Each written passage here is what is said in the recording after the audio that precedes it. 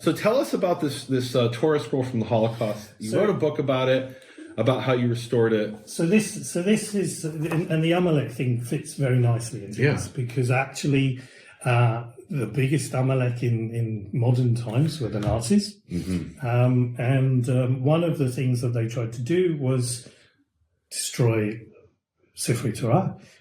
So they burnt stuff. And on Kristallnacht in particular, there was one synagogue that was the Great Synagogue, which was raided, and it had all its Sifrei Torah burnt.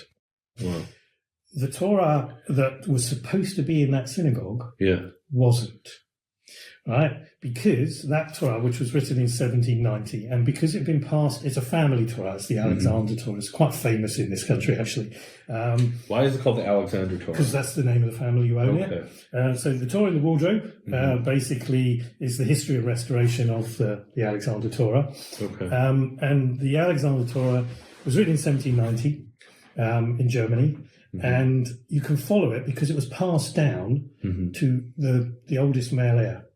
And so you can follow it all around Germany. And then you can follow it to the UK. Wow. And then it eventually reached my drawing board. And in fact, my wardrobe, because it's so big, I couldn't actually keep it where I normally keep it. I had to keep it in the wardrobe. It was massive, massive Torah. Those old ones are generally very, very heavy and very large because they were written by candlelight. So they made them large. So this is, wow, that's interesting. So I was recently at the State Library in Berlin, and they have there they have two things. One is they have Erfurt 6, which is a 40 kilogram, that's 90 pound Torah scroll. And the librarian there said, and they also have the Erfurt Bible, which is also massive. So she says to me, were there Jewish giants in Germany in the 13th? Literally it was that. So it was functional. It was functional because you had to, and I actually had to, so it was written in Pharmacy in Germany, and I actually had to build, I'm trying to find a picture here, I had to build an extension to my drawing board in order to accommodate it. Because it was so big. Because it was so huge. I actually literally had to do some special stuff in order to make sure that this was patched properly. Wow. And so you could see here me working on it, and I had to stand up for the first half of the column. I had a massive backache as well. I can imagine. I'm doing it at the moment. There's one from Thanet, the Czech scroll from Thanet. The one from Newcastle I had previously was also a Czech scroll. Backache, because the first half of the column you have to do standing up. Wow. On the extension, and then you can sit down. It's a machaya, which is Yiddish for a blessing, a kind of a wonderful thing. A relief. A relief where you can sit down halfway and actually carry on working on it. So this is a Torah scroll from the Holocaust that isn't part of the Memorial Scrolls. Not part of the Memorial Scrolls Trust. No. So there are Torah scrolls from the Holocaust that didn't come from here. Didn't come from here at all. So this one in particular, it was supposed to have been donated for use in the synagogue that was burnt by the Nazis on Kristallnacht. But they turned around and said, we've got enough Torahs, we don't need another Torah. And because it wasn't there, and it was actually in a wardrobe, right? Because and you sort of like with the family, it was rescued. And then when the family had to flee Germany, they sent back for their belongings. And because the maid didn't know what it was, she put it in with the belongings. So it made its way to the UK. Wow. So, it also had, it was nearly burnt in one synagogue. So this is before the war started, she sent it? Just before the war started. So literally... Oh, wow. So if she had known it was a Torah scroll, she might not have... She might not have done it. And certainly the Nazis, if they had known about it, would have let it out of the country. Wow. So the book chronicles the history of where this Torah went, who owned it, who potentially used it, which synagogues it was used in, how it got to the UK, and then the massive repairs. It's also got loads and loads of the Otiyot Mishunot in. It's a beautifully written one. But what was really interesting, one of the things I discovered was that actually it was written by two scribes. Really?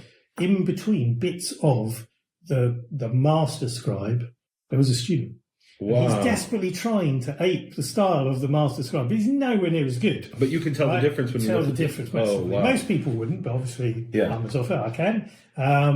And I have a sneaking. My theory is that the guy who wrote it gave bits of it to the guy who commissioned it, Moshe Alexander, and he wrote some of it. I'm convinced of it, that he was trying to write some of this Torah Because I've come across this before. In fact, recently, Meaning the patron wrote some of the it. patron wrote some of it, because that means they own the Torah. He's part of the Torah. The commandment is part to of writing write the Torah. your Torah, write for yourself. I heard that Torah. sometimes the patron will write like the last few words or the last letter sometimes, or Torah Tzivalanu Moshe Moshe Kilat Yaakov. It will write that verse. That was my father's favorite verse in the Bible.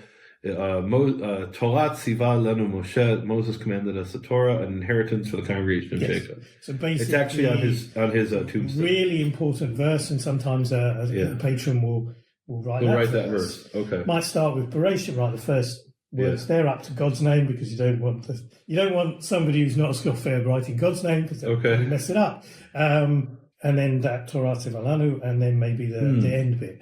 Wow. But this one, it was all over the place. There was 3 lines here and 5 lines here. And so was it an apprentice? Convinced of it. Either an apprentice or it was the patron. The reason I think it's the patron is because the master would not have let some of that work go through. It was so bad. I actually had to repair it. Okay, whereas if it's the patron, it's like, you did this, what do you want from me? Yeah, exactly. So, I think he went easy on the patron, whereas he probably wouldn't have gone easy on the apprentice. Do you let the patron write, or whoever it was, write God's name? I don't think I remember seeing God's name being written. So I'm pretty convinced. So it's really quite interesting. So it's a fascinating story.